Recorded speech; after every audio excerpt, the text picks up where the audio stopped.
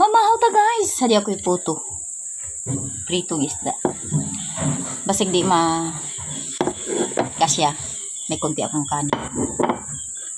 Dali guys. Mga unta.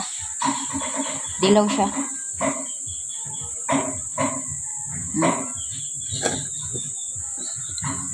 Nangayon na lang ko.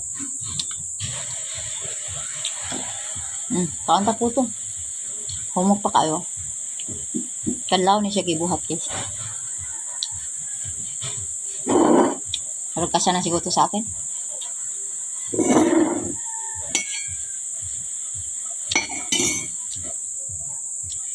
Ngayon itong isda.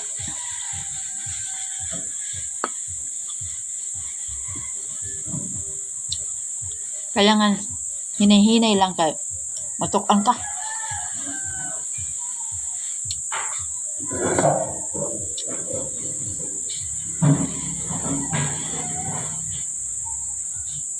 Nag-viral karon guys. Gani nag-video gani ko. Ang bata ang gibugbog sa tumboy. Nagigil ako guys. Kahapon. Nagigil ako. Kanang inighapak niya guys. Parang paminan ako ang nasaktan.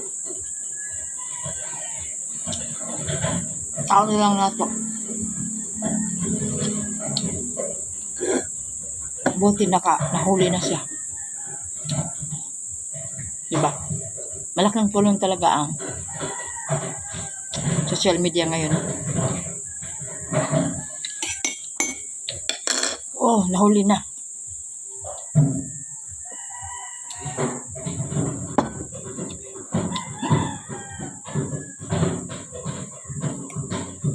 Ito kanay ko. Yes. Mabilis ako mabulunan ito. Huli na ang pagsisisi mo. Hingi ka ng tawad. Kaya buhat mo sa bata 3 years old. May maramdaman mo na. Sabi ng bata, agoy, agoy. Diba? Sakit. Di ko na binasa guys kung sino yung nag-upload. Pagkita ko nga, binugbog niya yung bata. Diyos ko po. Kaya nyo yun? Ako hindi kaya. Kahapon talaga nagigil ako. Pag ganun ko, sabi ko, buisit ka. Buisit ka. Atod ko sa may.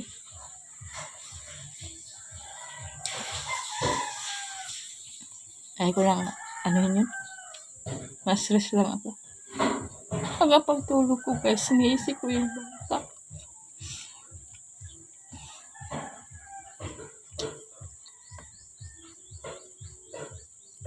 Diba? Ayaw ko na.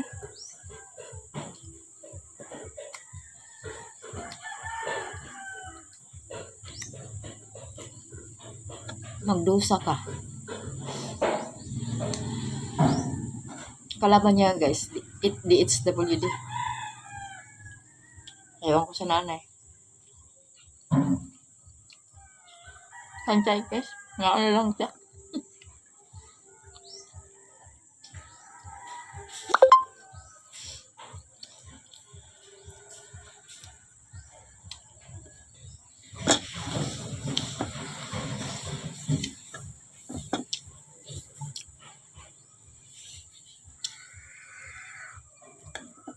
Kaya tagputo.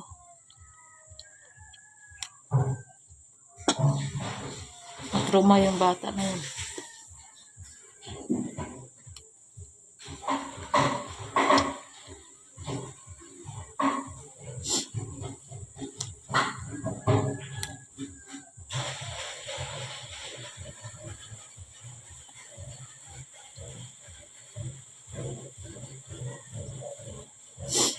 Diba?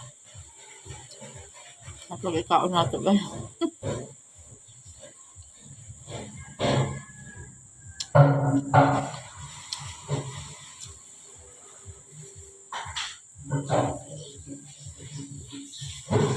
Yung tuwing hapak niya sa bata guys. Tuwing tadyak niya sa bata guys. Grabe. May ramdam ko sa sarili. Anak ko. Anak ko. Ginawa niyan kayo.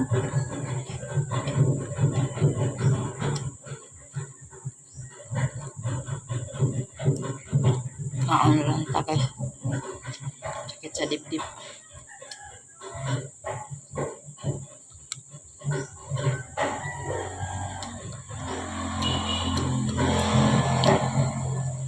Wala na akong puto.